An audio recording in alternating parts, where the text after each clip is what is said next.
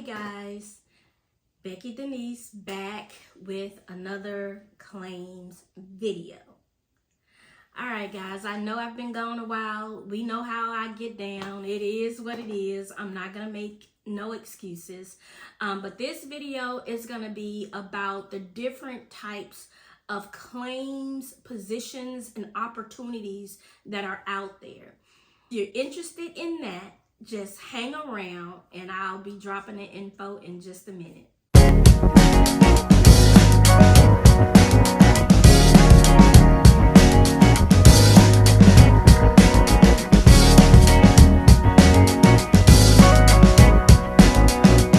I just wanted to talk to y'all about the different type of claims adjusters positions that's available out there.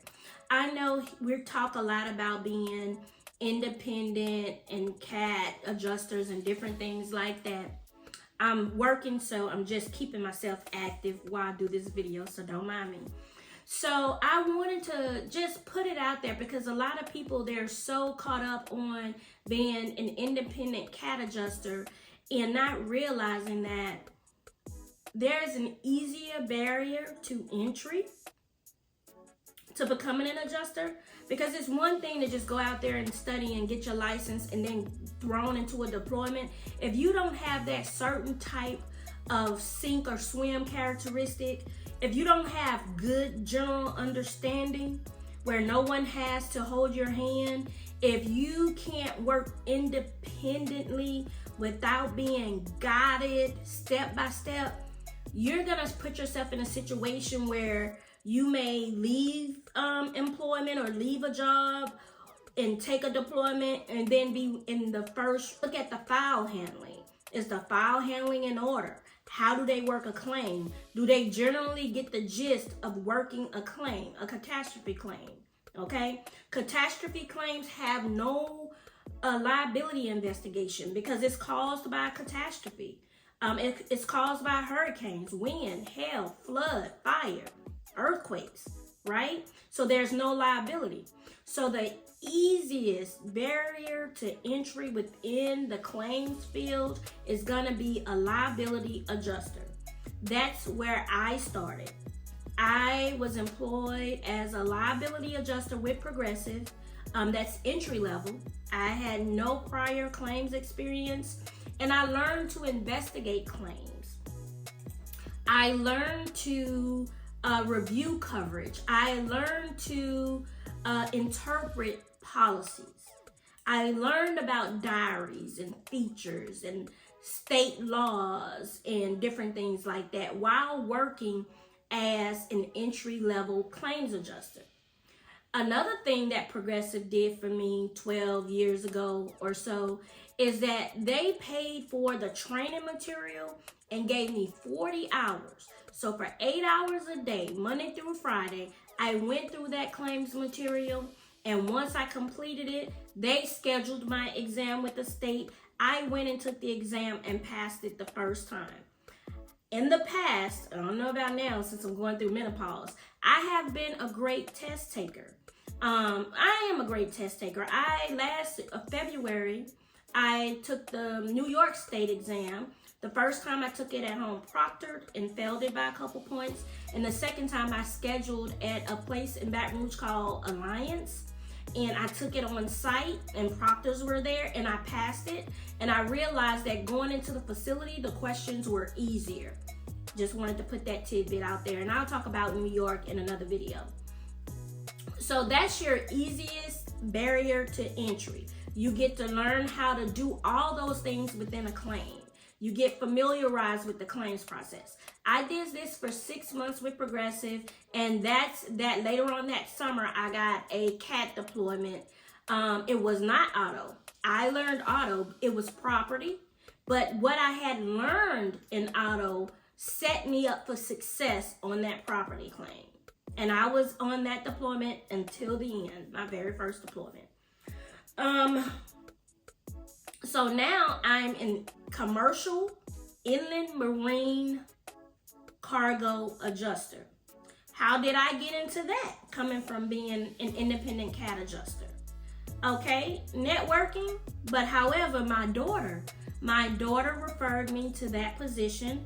I started that position March 14th of 2023.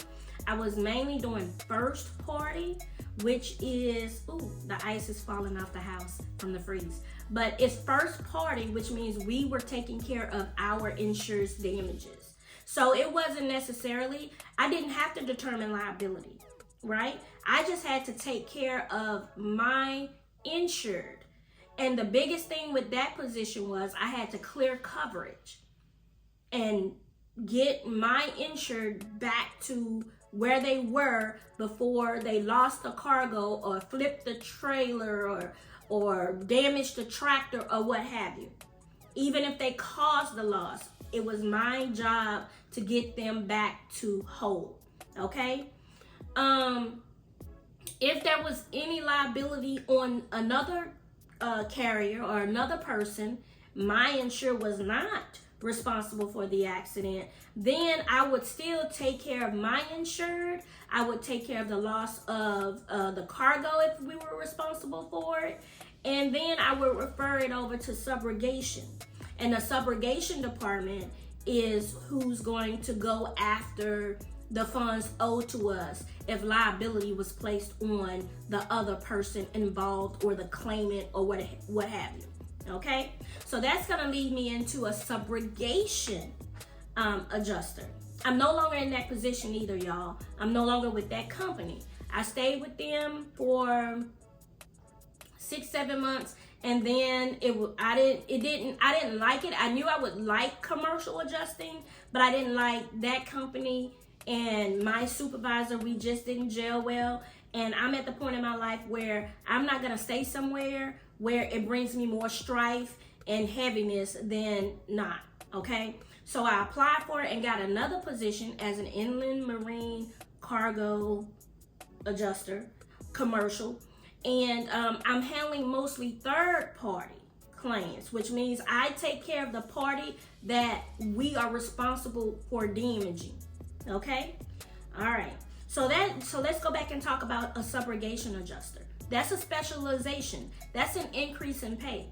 With the company that I'm with now, with a subrogation, and that's inbound subrogation. Subrogation has two. We have inbound subrogation, which is subrogation demands coming in from another company or carrier saying that because we were responsible for the accident, we need to reimburse them the money for taking care of their insured, okay? Outbound subrogation is when we've taken care of our insured, but that other party was responsible for the accident, so we go after them to collect, right? And with the company that I'm with now, they pay commissions on all collections regarding bringing back in our subrogation demands and payments for those subrogation demands. Hope that makes sense. Okay, so then I'm gonna talk about workers' comp. Workers' comp is one of the biggest career fields within the claims industry, because anybody that has more than 5 employees, they typically offer workers' comp insurance. They have to by state law. Now, this varies depending on the state, so this is not generalized and this is not across the board. But if you see employers with hundreds and thousands of employees, they provide workers' compensation coverage. So if someone gets injured on the job, they need workers' comp adjusters to take care of those claims, right? Okay, so that's a really good field to get into.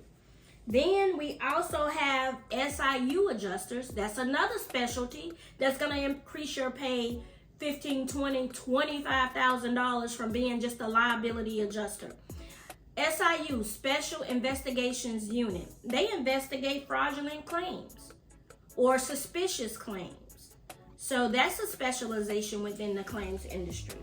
Of course, bodily injury. Everybody knows about bodily injury adjusters. They investigate injuries caused by our insured to others. They review attorney demands doctor's reports and everything to try to get a gist of what is owed to this claimant in regards to bodily injury. Then we have first party bodily injury, which is PIP, which is personal injury protection. We have adjusters that if my insured wrecked their vehicle, I took care of the vehicle and the damages and different things like that. Then, and I took care of that vehicle, but then they sustain injuries and they pay for a PIP policy. Then the PIP adjuster will review that and determine if a payment is going to go out in regards to that policy. Then we have marine adjusters that work in offshore, people that have personal private boats and yachts and different things like that. So there's an industry for that. Then we have aviation insurance adjusters, and I want to say they are one of the top paying adjuster fields there is. Let's see, you can take a look at prideadjusters.com. They have a list of jobs where you could just go in and read about it. If you've been interested in aviation and you was like, okay, let's see where this is. Let's see what's going on with this. Let's look at the pay. Is this something I'm interested in? Go take a look at that website. We talked about Subro. And then also, if you go to like Royal Caribbean, Norwegian, Carnival Cruise Lines, they post positions for adjusters. They have positions that handle not only the employee claims, but the claims of the cruise passengers. So they hire adjusters. We have our field adjusters that go out into the field and write estimates. We have our desk adjusters that sit back in their home or office location and adjust. So I don't want to make this video long and drawn out, y'all, and that's just a few of the different career paths you could take into becoming an adjuster. You have auto adjusters, property adjusters, you have crop adjusters where they go out and if a farmer loses crop due to weather or bugs or what have you, they go out and adjust that. All kinds of adjusting, commercial adjusting. Walmart hire adjusters. Go take a look.